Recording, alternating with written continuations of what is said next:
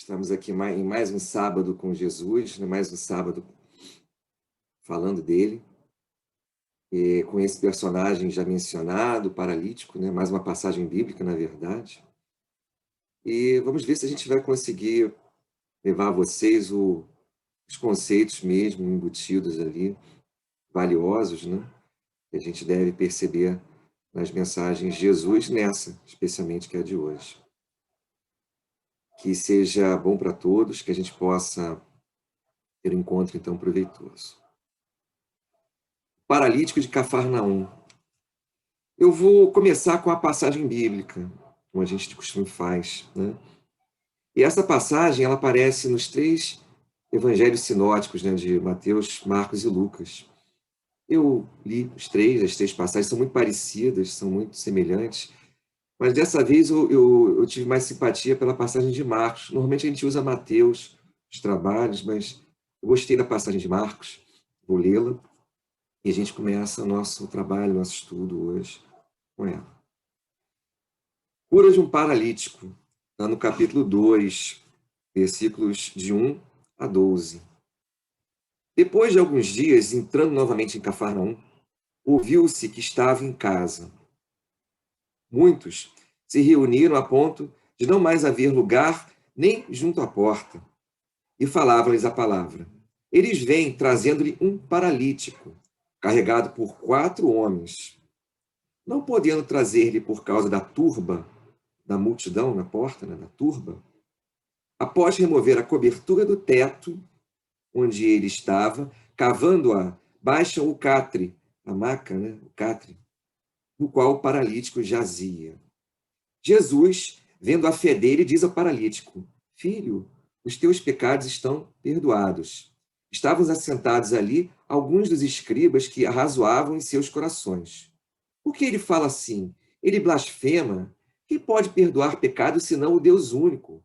Jesus, sabendo imediatamente por seu espírito que assim arrazoavam entre si, raciocinavam, pensavam, né, estavam tirando conclusões, arrazoavam, no caso, arrazoavam entre si, lhes diz: Por que arrazoais em vossos corações?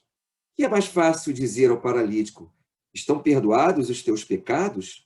Ou dizer: Levanta-te, toma teu catre e anda. Ora, para que saibais que o Filho do Homem tem poder sobre a terra de perdoar pecados, diz ao paralítico: Eu te digo, ergue-te, toma teu catre e vai para a tua casa.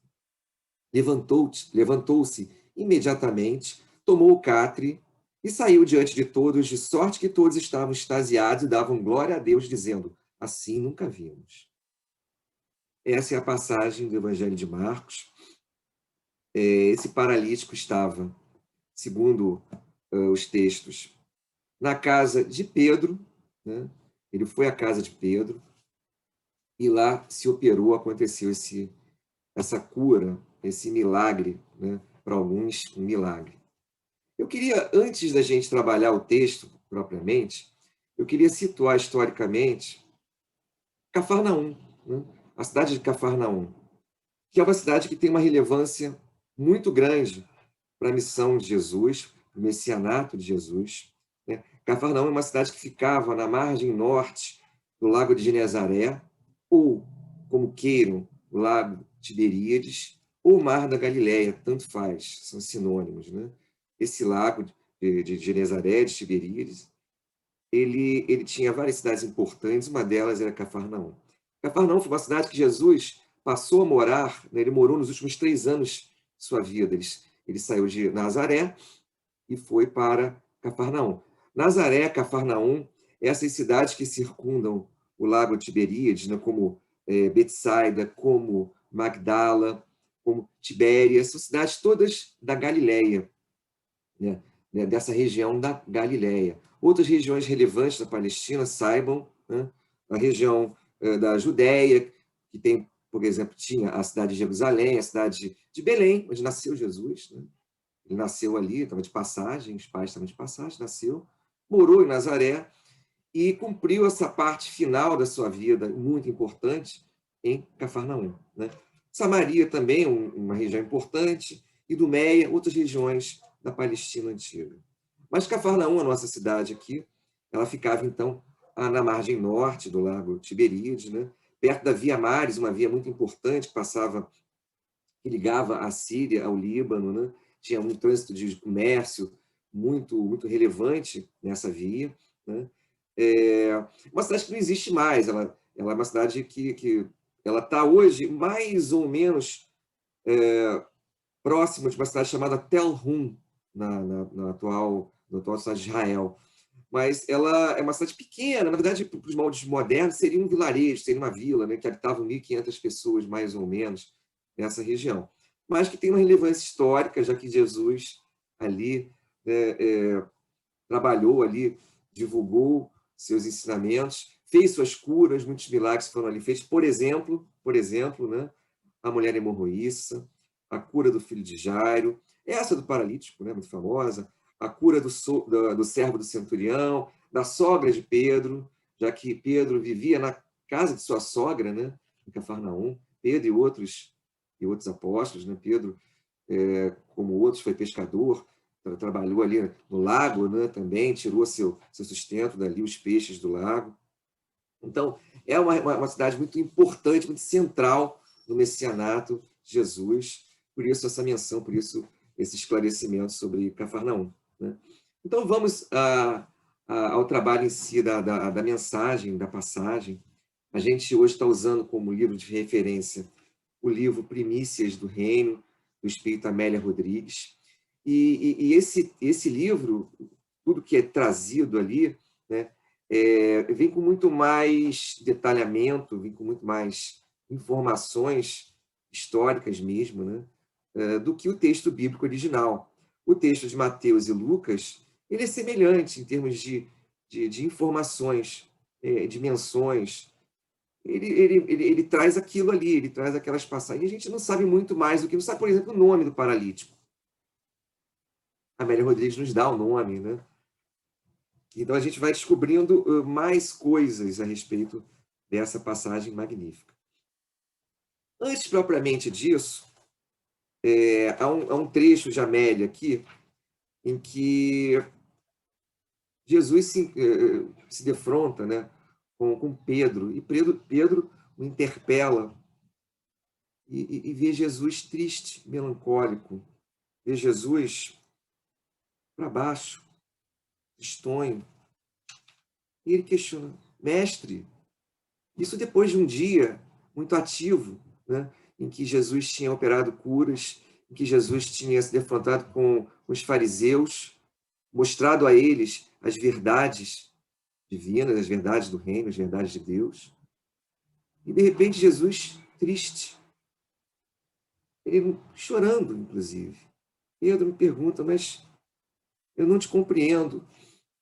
E Jesus vem e expõe a Pedro que tudo aquilo que ele havia feito para os homens, as curas principalmente, elas estavam tendo um efeito superficial apenas.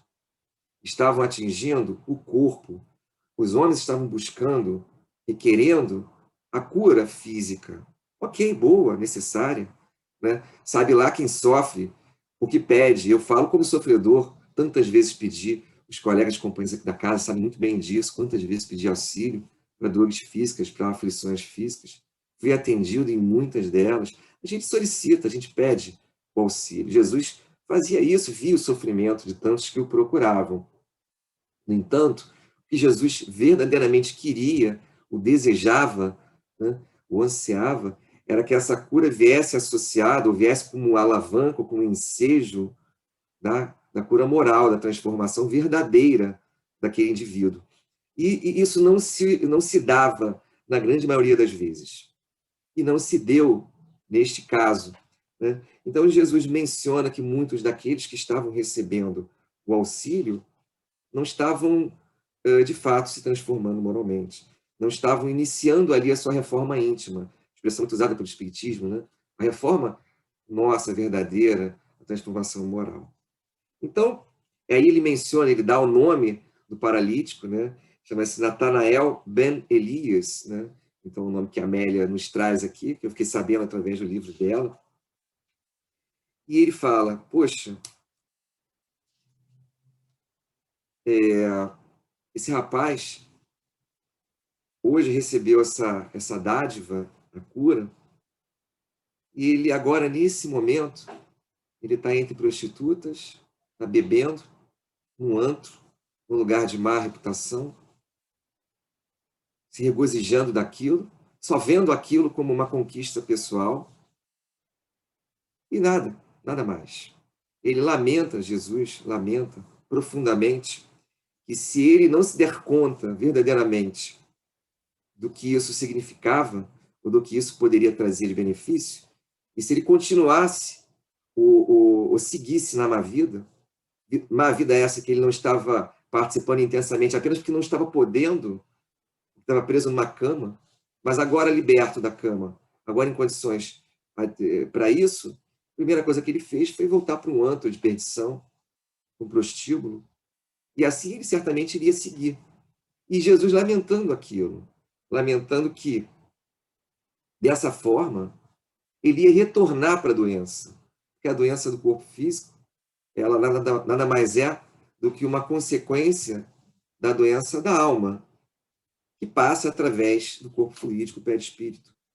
Vem, né, em etapas, mas ela se inicia na alma. E a alma não estava curada, ele continuava buscando o pecado como antes, a má vida, buscando as más atitudes como antes. E Jesus lamentando para Pedro que certamente esse irmãozinho ele teria um destino doloroso. E aí, já sem condições mais, né, por conta desses desequilíbrios irreversíveis, se fazer alguma coisa por ele. E aí ele teria que expiar, certamente, no futuro, aflições talvez maiores, mais dolorosas, mais tristes, mais sombrias, e que, né, seria necessário realmente, para que num futuro mais longínquo, né, mais remoto, aí sim ele pudesse retornar ao caminho da felicidade. Quer dizer, Jesus estava dando a ele uma grande oportunidade, uma cura, e esse irmão não estava percebendo isso. Vamos à passagem, o encontro propriamente, né, do rapaz Natanael com Jesus. É claro que esse encontro foi motivado, pela fé dele, né, pelo desejo ardente de cura, de se libertar daquela condição.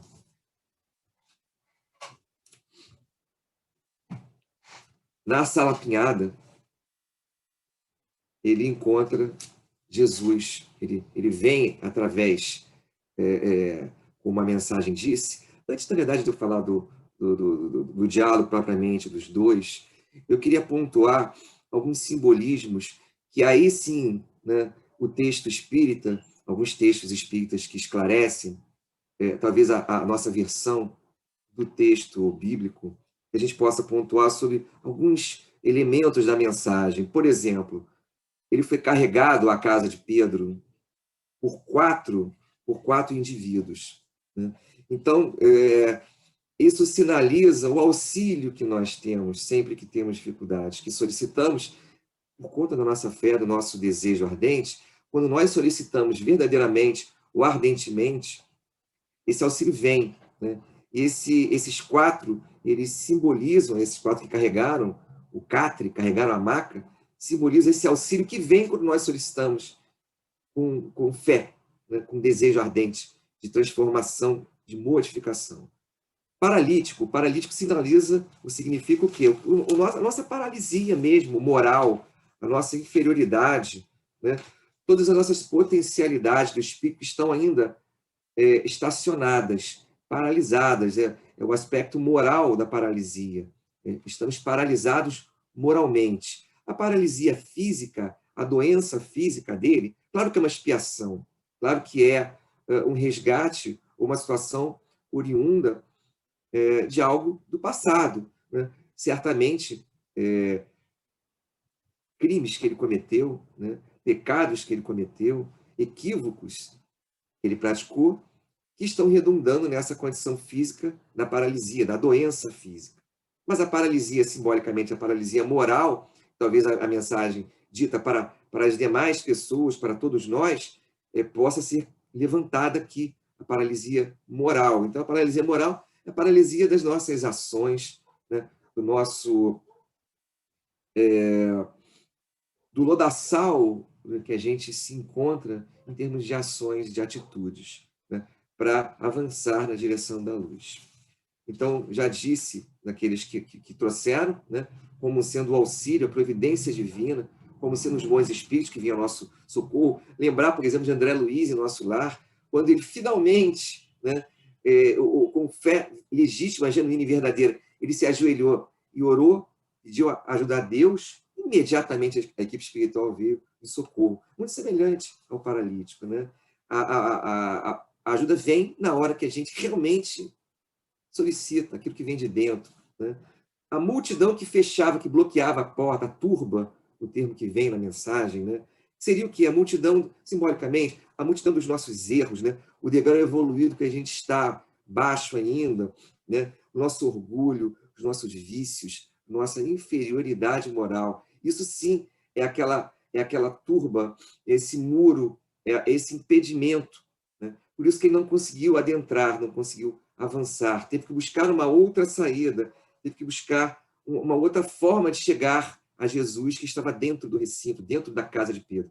Então, teve que quebrar o telhado, teve que quebrar essa resistência inferior, teve que vencer as sombras, que vencer os vícios, vencer o orgulho, que vencer essas dificuldades, para finalmente se colocar diante de Jesus, se colocar diante da luz, da oportunidade, se colocar diante da chance de crescer, de avançar, né? Então, esses simbolismos presentes na mensagem, eles merecem ser mencionados. Fiquemos, então, com eles aqui. Para terminar, ainda no campo dos simbolismos, né, quando Jesus fala, levanta, toma o teu leito, toma o teu catre e anda, levanta significa confia, siga através do seu esforço. Lembrando sempre, nós aqui da doutrina do Espiritismo sabemos muito bem que tudo que for feito, tudo que nós tivermos em nossa vida, é por conta do nosso esforço. Jesus, né, os bons espíritos, quem mais for, estará sempre em auxílio, mas quem opera, quem toma atitude, quem vai caminhar, é o próprio, né? Somos nós mesmos que vamos. E ele diz isso, levanta, tenha essa atitude, caminha, vai adiante, siga através, aí, lógico, a gente pode, né, pode devagar, pode elucubrar mais ainda, siga através das inúmeras encarnações que te aguardam, do futuro promissor que te aguarda, se você tiver essa atitude, se você tiver esse desejo, né? Aí sim, claro que você vai viver para isso, você vai eventualmente expiar suas dívidas, vai sofrer, no for o caso, mas estaremos contigo, eu e todos os outros que trabalham pelo bem. Então ele fala, levanta, caminha, siga adiante, né? Carrega teu catre, carrega tua maca, carrega o teu peso, carrega as tuas limitações, carrega até as tuas conquistas, vai, leve isso contigo. Eles vão te caminhar como uma mochila nas costas que a gente carrega o que nós temos de bom e de mal. Leva isso contigo, né? E segue, que eu vou estar contigo, eu vou estar te auxiliando, te apoiando, sempre, né? Então, esse significado, ele está embutido na mensagem. Agora vamos, de fato, ao diálogo que ele tem com o rapaz, com o Natanael. E ele pergunta, crês que eu te posso curar? Você realmente acredita nisso? Você acredita? Já que você vem me solicitar isso? Ele responde, sim, eu acredito. Eu creio que tu podes me curar. Aí ele, mas, Senhor, como sabes o meu nome? Como ele se refere ao rapaz pelo nome. Ele fala, Natanael, eu posso te curar. Mas como? Como sabes o meu nome? E Jesus fala, eu te conheço desde ontem, eu te conheço há muito. Como eu te conheço? Né? Como Jesus conhecia o rapaz? É claro que Jesus conhecia, espírito puro, evoluído não, o mais evoluído de todos. Ele conhecia tudo por todas as suas percepções, por todas as suas qualificações como espírito puro. Sabia muito bem quem era e estava em condições, Jesus como filho do homem, como filho de Deus, como aquele que tinha condições de curar, como aquele que tinha condições de operar esses, entre aspas, milagres. Jesus sabia disso. Não era não era orgulho, não era arrogância. Simplesmente Jesus sabia da sua capacidade e sabia que podia ajudar esse irmão e conhecia o seu passado. E vinha trazendo o mais importante, a cura moral, oportunizando a ele, curando os pecados, e coloca isso na frente: eu te curo os pecados. Queres isso? Eu te curo os pecados. E ele questiona, ele e os escribas, blasfêmia, ele próprio questiona, os escribas também que estavam ali presentes na turma, como pode ele se colocar nessa condição arrogante, vista por eles, é claro, de que podia curar? Quem és? És Deus para curar? E podia sim, porque era o Filho de Deus. Então Jesus sabia que tinha essa capacidade, mas não propunha a ele a cura física apenas. Jesus, o próprio Jesus, colocava isso como uma coisa menos importante. Dava a oportunidade da cura moral, convidava ele à cura moral na medida em que o perdoava dos pecados, né? A gente vê na Gênese, deixa eu pegar um marcador de livro aqui. Na nossa Gênese, ela levanta duas questõezinhas, né? Ela fala da cura do paralítico, ela parte das curas. Tem uma parte que fala exatamente desse paralítico, dessa passagem bíblica, né? Das curas, no capítulo 15. Então ele fala assim: levanta-te e anda, ora, para que saibais que o Filho do Homem tem na terra o poder de remitir os pecados. Levanta-te, disse então ao paralítico, toma o teu leite e vai para a tua casa. Jesus estava avisando que tinha esse poder. E ele fala: teus pecados te são curados. Jesus sabia que aquela expiação, ela estava no fim. Ele tinha acesso a essa informação.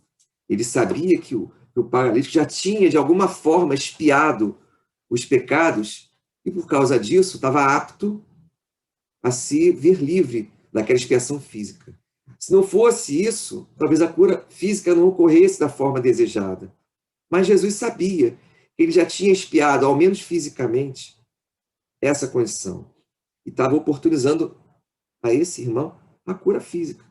Então Jesus tinha condição de curar, sabia que ele podia ficar livre da mazela física, do sofrimento físico, da aflição física, da paralisia, do leito, e dava, mas mesmo assim, dava a ele, o sugeria, o convidava a que ele percebesse que isso daí era parte apenas da questão. O importante é que ele se desse conta que ele tinha que se curar moralmente, iniciar ali uma reforma íntima, refazer sua vida, seguir por novos caminhos, não incorrer em novos pecados ou nos mesmos velhos pecados. Ele sugeria que o rapaz seguisse por novos caminhos. Então vejam, né? Era a cura moral, era aquilo que Jesus verdadeiramente desejava. E o rapaz, infelizmente, não compreende aquilo do modo que Jesus propunha. E aí vem aquela melancolia, aquela tristeza de Jesus, o choro, por conta disso não ter acontecido.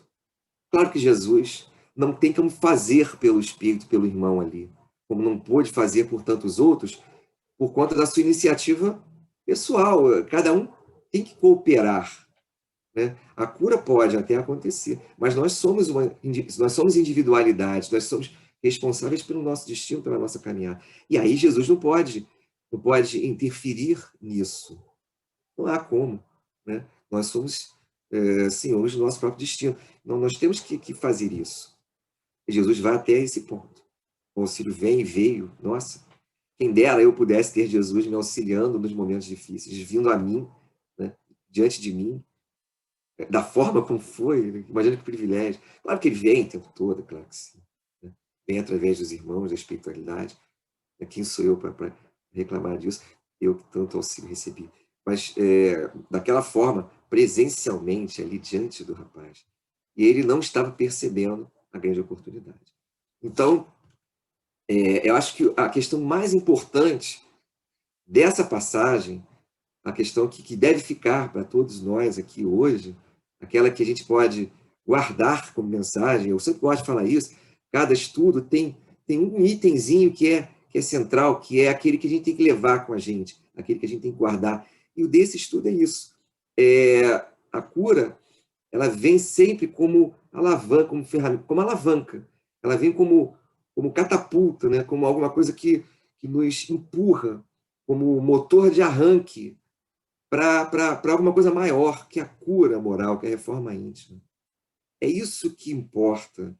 Se a gente aproveitar a doutrina, o evangelho, qualquer outra coisa, para isso, valeu. Né? Adianta a gente conhecer o evangelho por cultura, por conhecimento, por vaidade, mas não vivenciar aquilo não servir para a nossa reforma íntima, para a nossa transformação moral, não adianta. Adianta a gente receber o benefício de uma cura, um auxílio dessa natureza, e não se beneficiar, ou não ao menos tirar proveito da questão do ensinamento da transformação moral, não adianta. Então sempre vai ter esse propósito, o propósito transformador. E essa mensagem é isso, como tantas e tantas outras tiveram esse propósito, tiveram essa finalidade. Jesus vem aqui, mais uma vez, nos trazendo essa proposta. Né? A gente tem que se felicitar com a nossa vida, a gente tem que se felicitar com tudo que a gente recebe em cada momento. A gratidão, ela tem que vir o tempo todo. Eu vou confessar a vocês, eu estou vivendo uma fase de muita gratidão em relação à vida, às coisas, porque a vida é difícil, é dura. Nós somos paralíticos, quem vos fala é um paralítico, é alguém doente, é alguém inferior. Eu me sinto assim, né? E fico muito feliz de ter tantas e tantas vezes recebido ajuda, ter recebido auxílio. Alguns colegas aqui presentes sabem disso, eu não preciso falar, não preciso mencionar, que fica aqui tacitamente, né? Entre nós, fica implícito, fica como segredo entre alguns aqui e a minha pessoa, mas olha quanto que a gente recebe, quanto que a gente tem que ser grato. Agora, o que a gente vai fazer com isso tudo que a gente recebe? Finalmente a gente fazer alguma coisa positiva, transformação moral mesmo, né? Claro que se transformou, e aí vai fazer o que eles fizeram conosco, vai ajudar o próximo, né? Vai desenvolver a fraternidade, vai ser uma pessoa boa. É o mínimo que Jesus espera de nós, e que esses irmãos que nos auxiliaram esperam, eles vão ficar todos felizes se a gente fizer isso. Né? Então, a cura, o auxílio, ela, graças a Deus, vem o tempo todo. A gente está sempre recebendo. E a gente vai ter que fazer coisa boa com isso. Vai ter que fazer por merecer o que recebeu. Né? Como eu disse, a vida, ela é, um mundo de provas e expiações como esse, ela é dura, é difícil, é aflitiva. Não tem moleza, não. Não tem ninguém aqui que esteja passando por moleza. Todos nós que estamos nesse mundo difícil, esse mundo de provas, estamos passando por muitas dificuldades. Há muita doença, vê a pandemia, que a aflição é essa, né? Há muita dificuldade, que não seja de dor física, aflição física, como paralítico, como doente, mas a aflição é o que mais tem, né, nesse mundo. E o que a gente tem que fazer é sublimar isso e usar isso como uma alavanca de crescimento, é fazer de um limão uma limonada. Né? Eu queria botar uma frase aqui no ar, né? Uma frase de reflexão, nada a ver não é uma frase evangélica, inclusive ela é laica, ela vem até, eu colhi isso de uma pessoa, né? Depois dizer o nome, na verdade eu ouvi essa frase num filme, depois eu fui buscar alguma coisa sobre o personagem do filme. É uma frase que eu queria que vocês refletissem sobre a vida de uma pessoa. Ela refletiu sobre a vida dela, no final da vida dela. E ela... Deixa eu achar a frase aqui. Deixa eu achar essa frase. Ouçam, abre aspas. Que vida maravilhosa eu tive. Pena não ter compreendido isso antes. Fecha aspas. Essa frase Que vida maravilhosa eu tive. Pena que eu não compreendi isso antes. Só agora, no final, é que eu estou vendo que ela foi maravilhosa.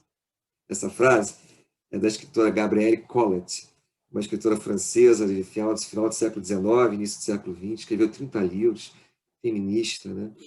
Sofreu muito, sofreu com o marido, com o companheiro.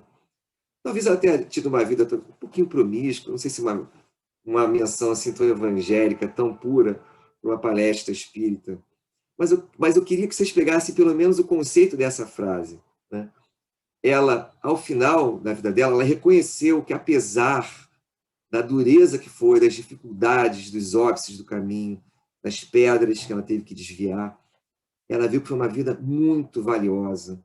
As nossas vidas têm que ser vistas assim. Todas as vidas são valiosas.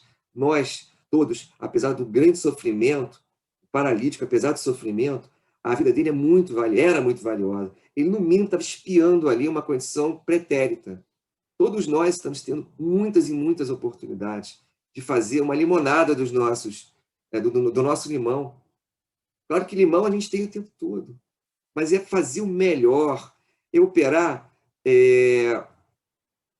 cumprir o nosso dever, fazer coisa boa, é trabalhar pelo bem, é procurarmos ser homens de bem, né? Procurar as boas atitudes. E no meio disso vem o sofrimento, a gente vai passar pelo sofrimento, não importa, deixa o sofrimento. Ele é como diz o atleta, que eu vi o atleta olímpico falando, que a dor é amiga dele, caminha junto. Porque ele só visualiza o resultado, é poder participar daquilo ali, é poder executar o exercício que ele treinou por 4 anos. E a dor presente, o ginasta lá com dor, ele ignorando a dor. Vamos ignorar o sofrimento, mas vamos buscar algo maior. É produzir, é fazer coisa boa. É para isso que serve a existência. É a gente sublimar a dor, sublimar o problema, para que no final dela a gente fale, poxa, que vida boa eu tive, que valeu muito a pena. Como essa companheira, Gabrielle Collins, essa escritora, que ela pôde perceber que produziu muito, escreveu muitos livros, foi referência para muita coisa. Quantos leram os livros dela? Ela foi feminista, ajudou as mulheres, pronto, isso foi legal. Ela ajudou a transformar a condição inferior da mulher, empoderar a mulher. Que vida legal, que vida boa. Sofreu bastante. Sofreu, por exemplo, perseguição por ser mulher. Ela ia esmorecer, ela ia declinar, ela ia desistir, ou lutar, ou seguir. Foi o que ela fez. E no final perceber que teve uma vida produtiva. Então vamos celebrar isso. Vamos celebrar as conquistas da gente. No nosso caso, as conquistas morais, é claro, que é o tema daqui. É a proposta de Jesus, a conquista moral. É a gente conquistar valores morais. Né? E tantos outros que a gente puder, valores intelectuais também. Né? Quem puder fazer pelo mundo, quem puder deixar um legado das suas ações, nos seus ofícios, no seu trabalho, nas suas ciências, nas suas práticas, claro, valeu também. Tudo que a gente fizer pelo mundo, ótimo. E claro que tudo isso, né, junto com a transformação moral, vai caminhar com a luta, né, contra a dor, contra a aflição, contra o sofrimento. Claro que a gente vai caminhar com isso. O dia que a gente estiver num mundo perfeito, um mundo sem dor, um mundo sem aflição, vai ser diferente. Mas agora não é assim. Não é assim. Agora a gente tem a dor associada, a gente tem a dor que vem junto, em paralelo, que está ali, né, como o ginasta que diz que está ali, enfim, na arena, né, o judoca no tatame, fazendo aquilo com dor, mas ele está ali. Aquilo ali é o objetivo dele, ele lutou muito para estar ali, ele está ali fazendo aquilo. Então, vamos guardar então, a mensagem de Jesus, vamos guardar a proposta de Jesus, que diz que é isso que a gente tem que fazer. A mensagem da Amélia Rodrigues termina, conclui, né, ainda no diálogo, eu já estou concluindo meu estudo aqui com isso, ela termina Jesus trazendo algo consolador, trazendo algo, isso eu vou até ler, né, trazendo algo que nós sabemos muito bem o que é o Consolador prometido, né? E ele fala assim: mais tarde, quando a dor produzir amadurecimento maior nos espíritos, eu enviarei alguém em meu nome para dar prosseguimento ao serviço de iluminação das consciências. Pedro pergunta: e quando o Consolador chegar? É o Consolador chegando. Jesus fala: os métodos eficazes para curar e disciplinar são severos, e por isso mesmo indesejados. Então a dor vai acompanhar a nossa caminhada, mas ela é necessária. No entanto, esse enviado ficará indefinidamente ao lado da humanidade, ajudará sem cansaço e lentamente elaborará a era de paz e de alegria. Removerá velhos óbices, promoverá a reestruturação social à base do amor. Então, invadirá todos os departamentos da vida, inaugurando sentimentos de solidariedade em todos os corações. Aí a face do mestre finalmente fica lívida, fica tranquila, né? E aí Simão percebe sim, finalmente, as lágrimas do mestre, mas de felicidade. E aí, comentário final da Amélia Rodrigues. E os séculos correram ágeis. Tudo há de passar, né? A vida há de continuar, como continuou naquele momento, 2000 anos atrás para hoje, e como daqui continuará através desse processo transformador. Mas nós temos esse auxílio do Consolador prometido agora, prometido por Jesus. Temos o auxílio do Evangelho de Jesus. Vamos aproveitar e vamos ficar com ele em nossos corações. Queridos, um grande beijo. Espero que tenha valido. Guardemos, então, a mensagem do Mestre. Fiquem com Deus.